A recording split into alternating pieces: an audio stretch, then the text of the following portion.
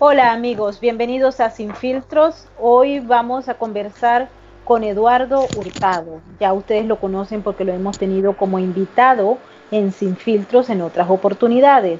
Con Eduardo Hurtado, que es el autor del libro Franquicia Cubana, una dictadura científica, vamos a conversar sobre el caos que se está viviendo en la ciudad de Nueva York. Hay un antagonismo entre el patriotismo que representa el orden y la anarquía representada por los grupos violentos que intentan no solamente debilitar las instituciones, sino también acabar con el orden establecido. Así que con él vamos a conversar, pero quiero antes que vean este video que tuvo lugar, todas esas imágenes son reales, no son ficticias, tuvieron lugar este fin de semana en la ciudad de Nueva York. Así que los invito para que vean los detalles de cómo los grupos violentos atentan contra la policía y también cómo la policía trata de manejarlo de acuerdo a lo establecido en la nueva norma por parte del alcalde de izquierda, Bill de Blasio, que para los que no lo conocen es un hombre que ganó bajo el sello de los demócratas, pero en los últimos tiempos ha venido señalando que no solamente admira a Castro o a Daniel Ortega, sino que también ha usado frases del Che Guevara y hasta del mismo Karl Marx, citando nada menos y nada más que el manifiesto comunista. Así que vean las imágenes y ya volvemos.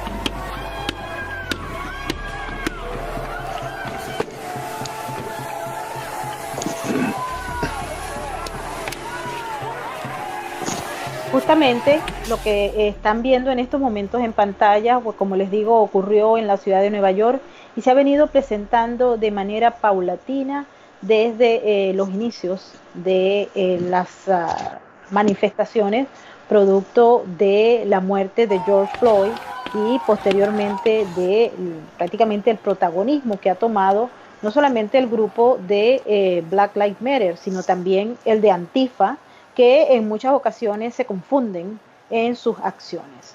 Hemos invitado, como les dije, a Eduardo Hurtado, porque él tiene un manejo privilegiado de este tema en particular y nos va a explicar cómo es el manejo del Estado en estos asuntos y a qué corresponden estas acciones. Antes de empezar nuestra conversación, yo les voy a pedir que por favor se activen en el superchat. Muchísimas gracias por todas los que están en estos momentos participando ya. Los hemos visto desde Caracas y desde varias ciudades de Venezuela, cosa que nos agrada muchísimo, así como también de varios países de América Latina y de Europa. Muchísimas gracias y vamos a participar hoy no solamente con los likes, sino también con los aplausos, ¿ok? Ahí tienen el icono de aplausos para que participen en nuestro super chat. Bienvenido, Eduardo. Un placer, como siempre, tenerte en Sin Filtros. Bueno, muchísimas gracias, Maybor.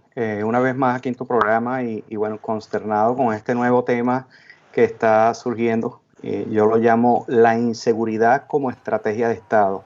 Y fue un tema o es un tema nuevo para la comunidad o la industria de la seguridad, y actualmente estamos desarrollando un foro o una serie de seminarios a través de expertos en la industria de análisis de riesgos, como lo hemos nombrado la proyección de un nuevo modelo de seguridad global, donde estamos estudiando esto. Esto se está llevando a cabo en Colombia para toda Latinoamérica.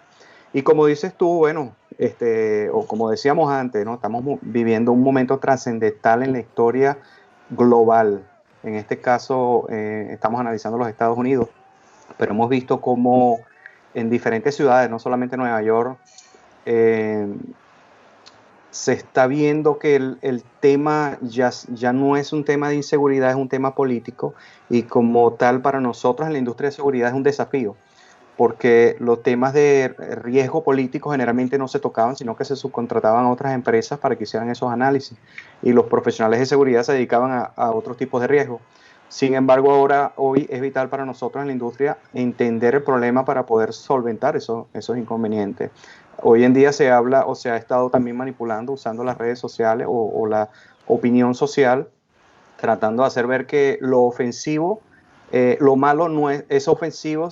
Se quiere vender la imagen de que destruir por ideología debe ser aceptado.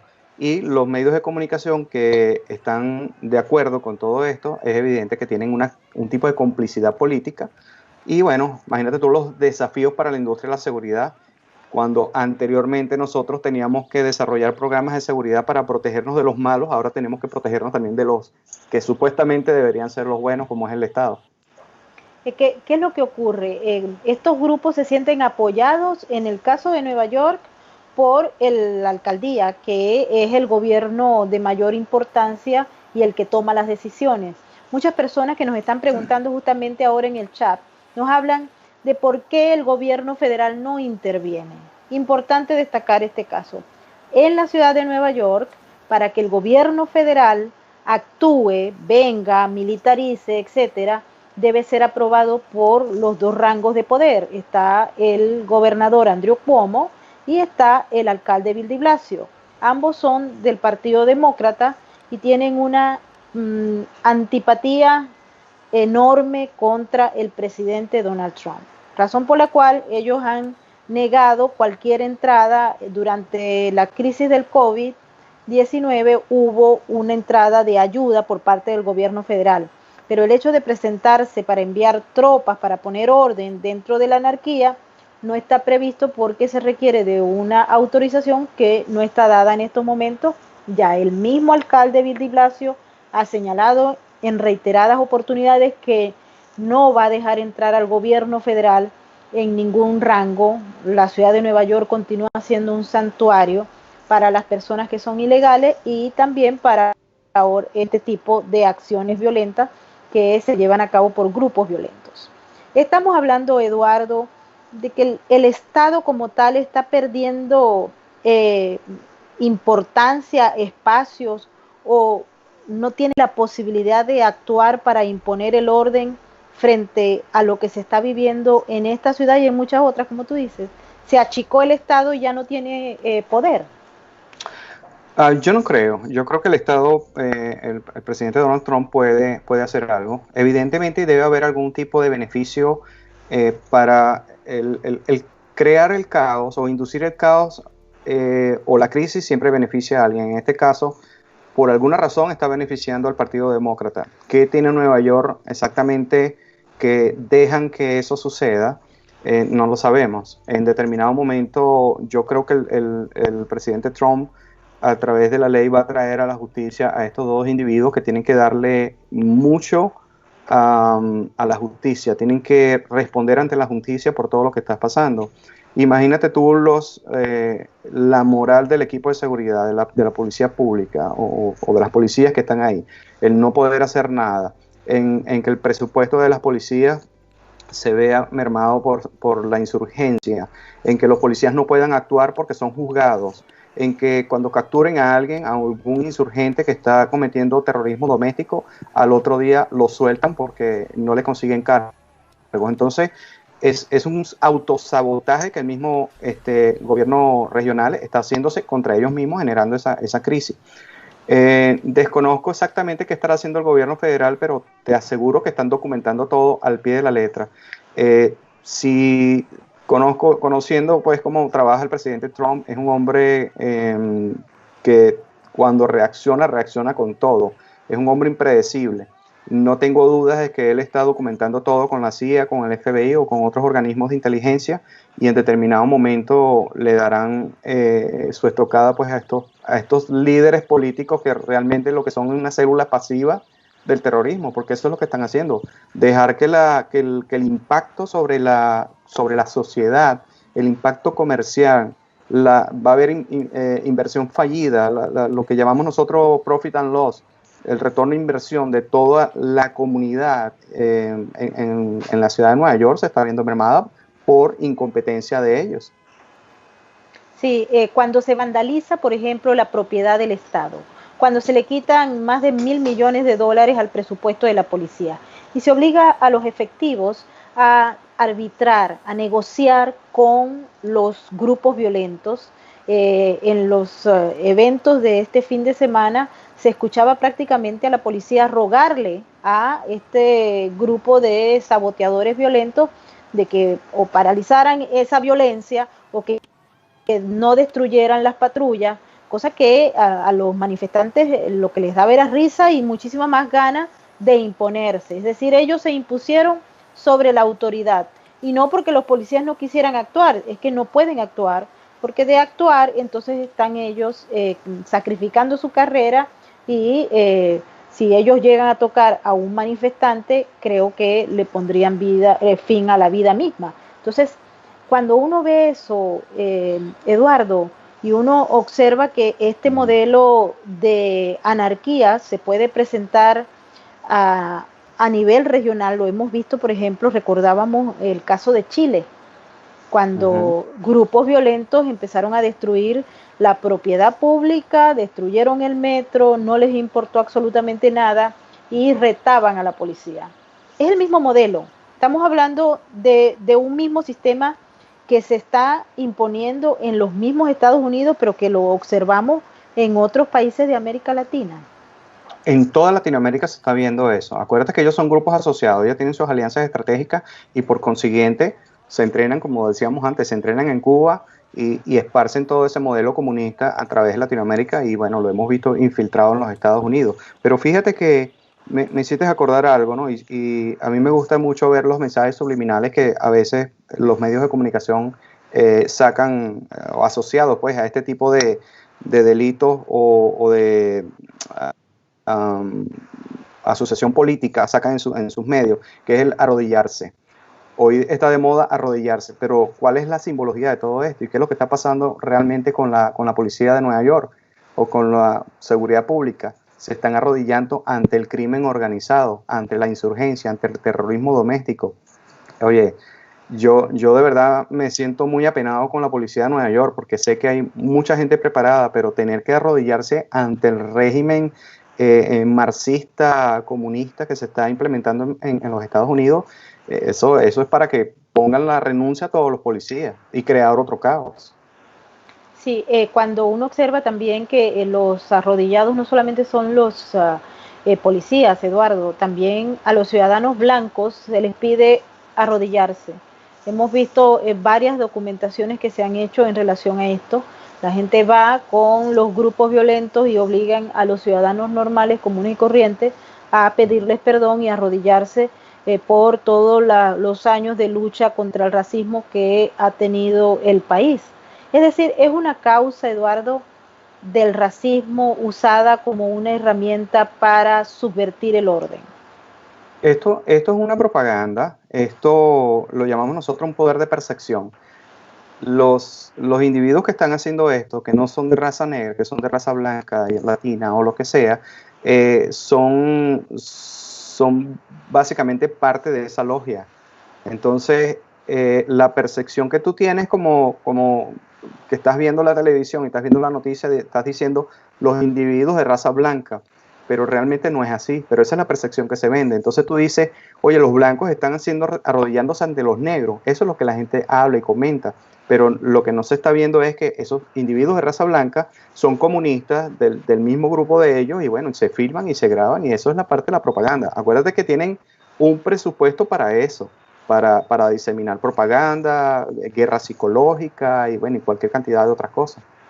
En este evento que estamos viendo y que tú lo llamas como una conspiración global, los medios de comunicación juegan un rol fundamental. Son herramientas. Los que forman parte de este movimiento actúan consonamente con todos los objetivos y acciones que se están tomando en el movimiento. Y aquí lo podemos observar, no solamente desinformando, sino generando una opinión pública basada en hechos que no han existido. Es una manipulación y una desinformación. ¿Cómo puedes explicar tú justamente el uso de esos medios para lograr objetivos de esta naturaleza que van en contra de la misma sociedad y de las instituciones? Bueno, estamos viviendo la era de la tecnología. Las redes sociales, los medios de comunicación social juegan un rol vital en la diseminación de la información y ese poder de percepción que yo te estaba hablando. Cuando tú prendes un televisor, no voy a decir el canal, pero es uno de los pocos canales latinos que hay en los Estados Unidos, tú ves que la manipulación de la información es en contra del presidente Trump. Indiferentemente de que uno tenga uno quiera un partido o el otro, es evidente que hay una campaña en contra de este presidente. Entonces, cuando tú ves que todo esto tiene influencia en 32 millones de personas, que es más o menos el averaje de individuos hispanos en los Estados Unidos, y ese es el único canal hispano que todo el mundo ve, entonces obviamente que hay un objetivo claro en contra de este presidente. Ahora estamos hablando también del mercadeo político. ¿Cómo vendo yo ese producto o ese caos de una manera tal que me beneficie a mí? El conocimiento da fortalezas y también tiene debilidades. Entonces se posiciona el Partido Demócrata a través del caos inducido y haciéndole creer a la gente a través de todos esos medios, del medio también norteamericano, la prensa norteamericana, los canales de televisión norteamericanos adeptos al Partido Demócrata y por supuesto los pocos canales hispanos que no es secreto para nadie que son demócratas y no quieren a Donald Trump, van a estar siempre promoviendo la mitad del vaso de agua. ¿Te acuerdas de ese ejemplo? El vaso de agua la gente lo ve medio vacío y otros lo ven medio lleno. Bueno, ellos siempre lo van a ver medio vacío. Y en relación a esto, vemos varios nombres que están involucrados en estos movimientos de este nuevo orden mundial. Observamos, por ejemplo, a este millonario George Soros, que ha financiado grupos políticos, ha financiado ONG y medios de comunicación y periodistas independientes, con el ánimo de justamente llevar la información que a ellos les importa y alterar todo lo que es la realidad que se está viviendo y manipularla en función a los objetivos que ellos tienen. Desde tu punto de vista y recordando el libro de la franquicia cubana, estos elementos forman parte de esa estrategia para cambiar el orden, para subvertirlo y dominarlo. Bueno, acuérdate que mantener la ignorancia y la mediocridad hace que el pueblo sea incapaz de comprender lo que está pasando. Hay un eslogan que yo manejo que me gusta mucho, que es: desconocer la verdad te hace esclavo de las mentiras. Y este señor ha financiado, públicamente lo ha dicho, y mucha gente lo ha confesado: a mí me financia este señor, apellido Soros, y él también lo ha dicho. Entonces, pero por supuesto estamos hablando también de una logia, de una mafia muy adinerada, que se ha fortalecido a través de los años en el sistema norteamericano y en el sistema global. Entonces eso que se ha fortalecido durante 20, 30, 80 años no se destruye de un día para otro. ¿Y qué pasa entonces con las instituciones? ¿Serán capaces las instituciones, particularmente la de los Estados Unidos, de eliminar esa amenaza, o crees que la amenaza los va a tumbar? Bueno, lo que estamos viendo hoy en día es una muestra de cómo se ha debilitado esa amenaza. Si no estuviese débil, no estuviesen dando esos indicios desesperados de crear caos, de crear esa crisis y hacerle creer al mundo de que Estados Unidos se está destruyendo. Esas son las demostraciones de un enemigo herido. Por supuesto, también tenemos que entender que en la dictadura científica o en el comunismo, socialismo, se infiltran las instituciones. Y lo que se ha hecho en estos primeros 4 años ha sido erradicar o sacar ese cáncer infiltrado en las instituciones. Hoy estaba leyendo algo muy importante que decía que la gran mayoría del sistema de educación en los Estados Unidos ha sido infiltrado por miembros del grupo Antifa, y han ido adoctrinando a los jóvenes, que son los más vulnerables, con ideas marxistas, con ideas socialistas, con que los demócratas son los mejores y todo eso. Entonces, ¿qué te quiere decir eso? Bueno, los más vulnerables, estos son las semillas, la gente que es manipulable, que no entiende lo que está pasando, y los vamos a ir formando. Esto no está pasando de un día para otro, esto está pasando desde hace mucho tiempo. Entonces, las instituciones se han ido reestructurando en los Estados Unidos, es mi percepción. Y bueno, hay muchas cosas que no se saben, pero ¿por qué no se saben? Porque es que los medios de comunicación que deberían estar diciendo esto son demócratas. Y no les conviene que la gente se entere de eso. Como te dije, la ignorancia y la mediocridad conviene a estos regímenes dictatoriales. Una de las características, Eduardo, de esta era que estamos viviendo son las redes sociales, donde estos grupos han generado las llamadas granjas de troll, el ejército de troles, que atacan a cada quien que tiene una opinión desfavorable a su proyecto. Y vamos desde el presidente de los Estados Unidos hasta cualquier mortal que decide despertar y decir: esto yo no lo quiero, yo no quiero vivir este proceso, o me opongo a este proceso, yo soy patriota, como se está denominando ahora todo aquel que está en contra de esto, y no quiero formar parte de estos grupos anárquicos. Y la respuesta que hay por parte de estas máquinas de propaganda es justamente atacar a las voces disidentes. Las redes se concibieron como un elemento para mejorar la libertad de expresión.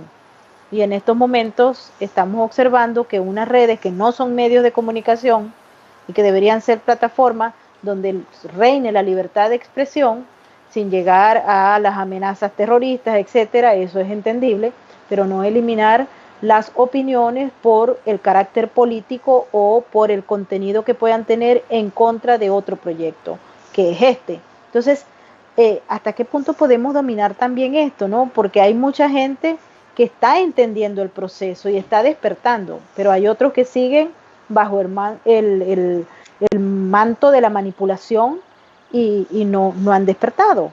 O sea, ¿qué se puede hacer? Bueno, yo lo llamo los guerreros digitales, ¿no? Y en eso nos incluimos nosotros también, porque así como ellos utilizan estos medios, ¿ok? Las redes pueden ser usadas para mantener a la gente ocupada de lo que verdaderamente importa, pero también puede ser utilizada con personas como tú, como yo, que traemos un poquito de reflexión humildemente, y la gente va entendiendo y va despertando, como dices tú. Ahora bien, cuando vemos, por ejemplo, la magnitud de una industria como Hollywood, y yo siempre pongo la estadística, ¿no? Cuando tú ves una película en donde hay policías, por ejemplo, ¿cuál es el estándar denominador común estándar de un policía? que es un tipo divorciado, que es un tipo que está desconectado de la familia, de que es un fracasado, de que trabaja demasiado. O sea, todos los policías de todas las películas son un desastre. Las familias son un desastre. Todos los ciudadanos negros de raza negra son malos, son criminales, toman droga, o sea, son un desastre. Ese es el factor denominador común. Con eso es que nos han ido inyectando a nosotros en la sociedad todos esos valores incorrectos. Entonces, para que tú veas la importancia de los medios de comunicación social, perdón, no, no nos educan o no nos enseñan a nosotros sobre los verdaderos valores sociales y familiares, que es la base de la sociedad. Entonces, claro, ellos son partícipes en inyectar esa mediocridad porque el objetivo final es eso, es deteriorar a la sociedad de una manera tal de que acepte lo malo como algo normal. Eso es normal. Es normal que un individuo hoy en día sea de la comunidad LGTB y entonces apoye la pedofilia, que es el nuevo género que es la nueva normalidad que se quiere legalizar.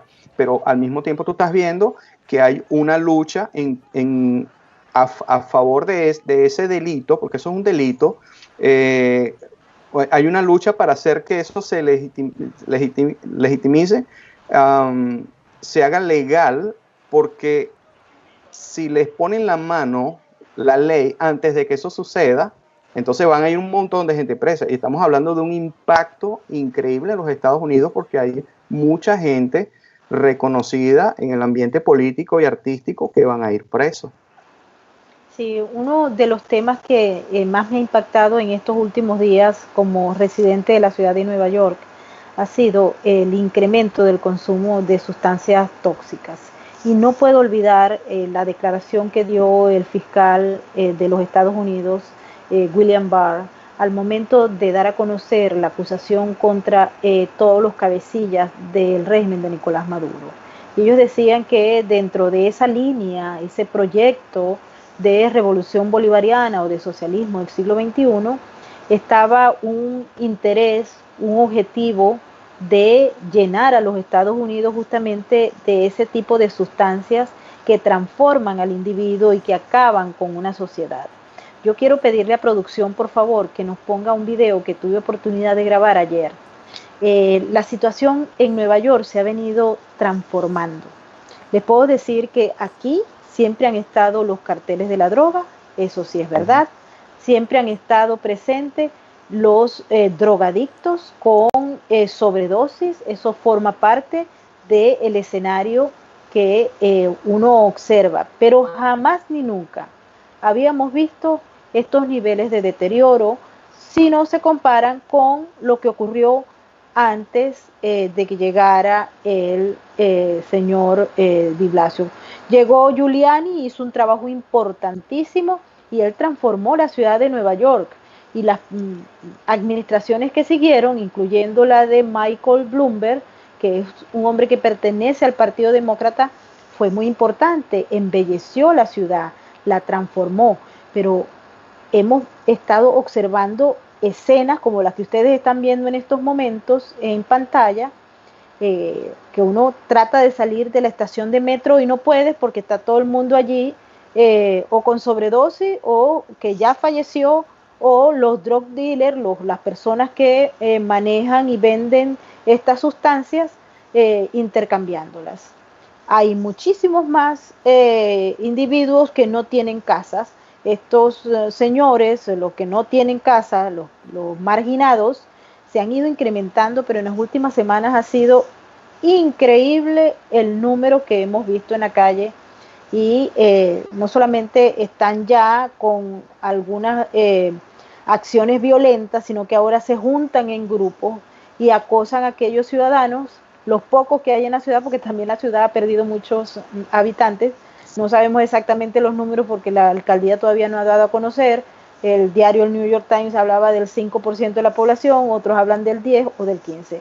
En cualquier caso, se nota que hay un fantasma por donde quiera que no se meta. Y aparecen estas escenas tristes de estos señores en la calle cuando piden dinero. Si el ciudadano no le da, muchas veces lo acosan de manera violenta. Y si no, están comprando droga y afean la ciudad, la transformaron en una especie de barrio de cualquier país del tercer mundo que se vino a la capital financiera, que pareciera ser un objeto, Eduardo, pareciera ser un objetivo clave de todos estos grupos, acabar con la capital financiera, el modelo del capitalismo. Con todas sus divisiones, aquí había otro ambiente el año pasado.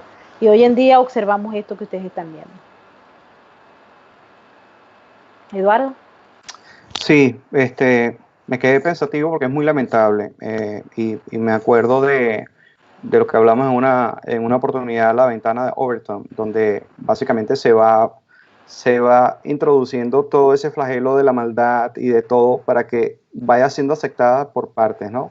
Y me quedé en silencio porque estaba pensando lo de la marihuana, donde anteriormente es una droga y hace daño, pero fue introduciéndose en los Estados Unidos, en las películas, ya hoy en día en las canciones de los artistas, y hasta que se hizo legal.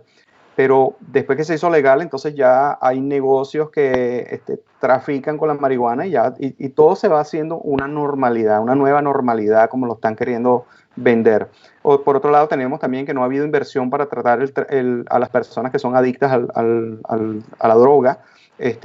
Tú no ves en los Estados Unidos carteles de droga, como sucedía en Colombia, como sucede en México, como sucede en Venezuela y en otros países, pero no tenemos un cartel de los soles norteamericano ni un Pablo Escobar Gaviria gringo. O sea, ¿quiénes son los narcotraficantes en los Estados Unidos? Esa es una reflexión que hay que ver, pero cuando vemos también que el narcotráfico existe en Latinoamérica, porque alguien en los Estados Unidos es el que está pagando eso. Y lo estamos viendo ahorita reflejado en una ciudad que está así de deteriorada por la incompetencia de un alcalde, de un gobernador. Entonces, todo eso tiene un efecto en cadena en la sociedad también. Cuando la ciudad está deteriorada, eso también, ahí no recuerdo ahorita cuál es el término en materia de seguridad, pero eso también incita a la violencia, incita al crimen, y por consiguiente se le hace muy difícil a la policía, como decíamos al principio, planificar estrategias de seguridad ciudadana cuando el crimen está siendo promovido por el mismo alcalde y por el mismo gobernador. Y de acuerdo a tu criterio y de los estudios que has desarrollado y que están expresados en tu libro de la franquicia cubana, ¿tú crees que este proceso ha avanzado tanto que no tiene revés? No, obviamente que sí tiene un revés. Hay una clara manipulación de las masas, hay un coma psicológico inducido donde se le vende a la gente de que eso es normal, ¿vale? O sea, no vas a poder caminar por ahí donde está el drogadicto si no te está haciendo nada, o sea, acéptalo. Pero obviamente que la seguridad tiene que venir de arriba para abajo, tiene que haber una voluntad política, porque yo como director de una policía, yo puedo tener el mejor plan. Yo puedo tener la capacidad de instruir a mi personal y darles el entrenamiento y tener toda la logística, pero la orden viene de arriba. Mira, ha pasado en muchas oportunidades, tanto aquí en Estados Unidos como en Latinoamérica, que grupos SWAT o grupos de fuerzas de reacción inmediata especiales a, aprenden a determinado criminal y después se meten en problemas y son juzgados porque hicieron un mal procedimiento, porque al terrorista que capturaste, que mató a 20 personas, tiró 3 bombas, le pusiste las esposas muy apretadas y entonces le hiciste daño y bueno, y el dedito ahora le duele, entonces ahora vas a ser juzgado, tienes que renunciar a la policía, votar una carrera de 30 años y vas preso porque el terrorista resulta que tiene mejor abogado que la misma ciudad. Hay personas que dicen que este caos puede transformarse a raíz de los resultados de las elecciones de noviembre acá en los Estados Unidos. Si llegara a ganar el candidato demócrata, que por cierto está siendo llamado hasta a enseñar el Corán y el movimiento musulmán en las escuelas de los Estados Unidos, hasta aliarse y proponer políticas que a todas luces son socialistas. Y tenemos del otro lado al presidente Donald Trump, que plantea un plan de capitalismo, de orden y de ley. Entonces, ¿crees que luego de las elecciones se puede mantener el conflicto hasta lograr el objetivo? Porque estos grupos no duermen, O sea, los comunistas nunca durmieron mientras los demócratas, defensores del liberalismo, empezaron a hacer gobierno, a trabajar, a hacer negocios y se dedicaron a otro espectro. Los comunistas siguieron trabajando y han logrado en muchos países, incluyendo este, un avance bastante importante.